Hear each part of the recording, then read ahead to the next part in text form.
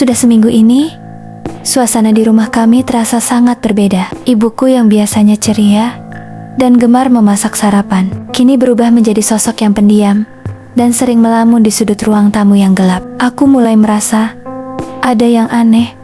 Sejak malam Selasa lalu, aku melihat ibu berdiri mematung di depan cermin besar di lorong. Tetapi dia tidak sedang merapikan rambutnya, melainkan hanya menatap pantulannya dengan mata yang melotot tajam.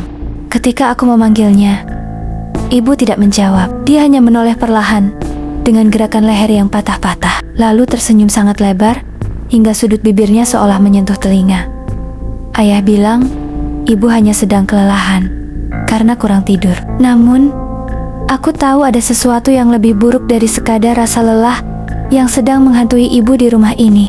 Setiap malam, sekitar jam 2 dini hari, aku selalu mendengar suara garukan dari balik dinding kamarku. Anehnya, dinding kamarku berbatasan langsung dengan kamar ibu yang seharusnya sedang tidur lelap. Suatu sore, aku memberanikan diri masuk ke kamar ibu saat dia sedang mandi. Bau di dalam kamar itu sangat busuk, seperti bau daging yang sudah dibiarkan berhari-hari di bawah terik matahari.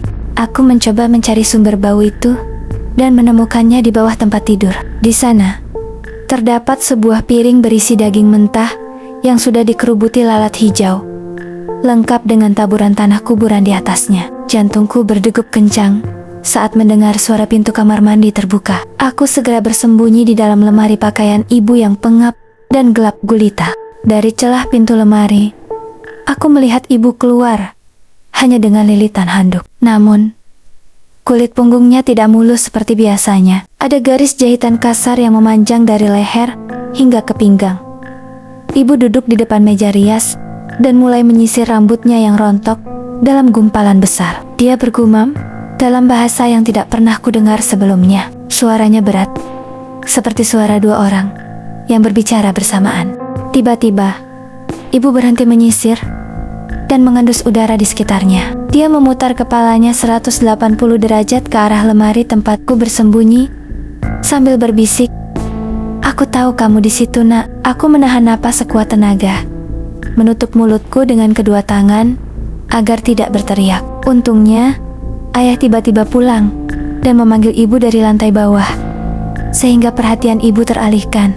Malam berikutnya, gangguan itu semakin parah. Aku terbangun karena merasakan sesuatu yang dingin menetes di dahiku. Saat aku membuka mata, ibu sedang merayap di langit-langit kamarku, tepat di atas posisiku tidur. Wajahnya tampak sangat pucat, hampir transparan, dan matanya benar-benar hitam tanpa ada bagian putih sedikit pun. Dia menatapku dengan tatapan lapar yang sangat mengerikan.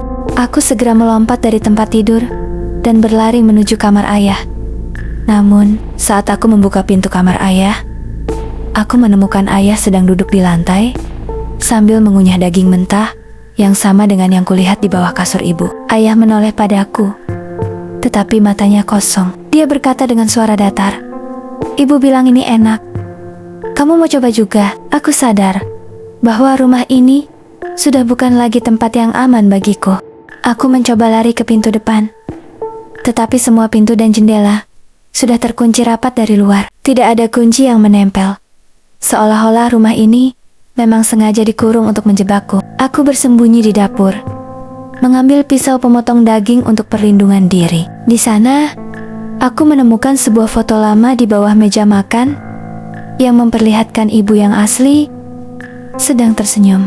Di balik foto itu, tertulis pesan singkat dengan tulisan tangan ibu yang gemetar. "Tolong lari. Ini bukan aku." Dia masuk lewat lubang di halaman belakang. Air mataku tumpah seketika. Aku menyadari bahwa sosok yang selama seminggu ini bersamaku bukanlah ibuku yang sebenarnya, melainkan sesuatu yang mengambil alih tubuhnya. Tiba-tiba, lampu seluruh rumah padam. Dalam kegelapan total, aku mendengar suara langkah kaki yang berat dan terseret-seret menuju dapur, diikuti oleh suara tawa melengking yang memekakan telinga. Ibu masuk ke dapur dengan membawa lampu minyak tua. Cahaya rimang-rimang itu membuat bayangannya di dinding terlihat sangat besar dan memiliki tanduk yang panjang. Dia mulai berjalan mendekatiku sambil berkata, "Ibumu yang asli sudah tenang di dalam tanah Sekarang giliran tubuhmu yang aku pinjam. Saat dia menerjang, aku berhasil menghindar dan berlari menuju gudang di belakang. Di sana, aku melihat sebuah lubang besar di tanah yang mengeluarkan hawa dingin dan bau busuk yang sangat menyengat.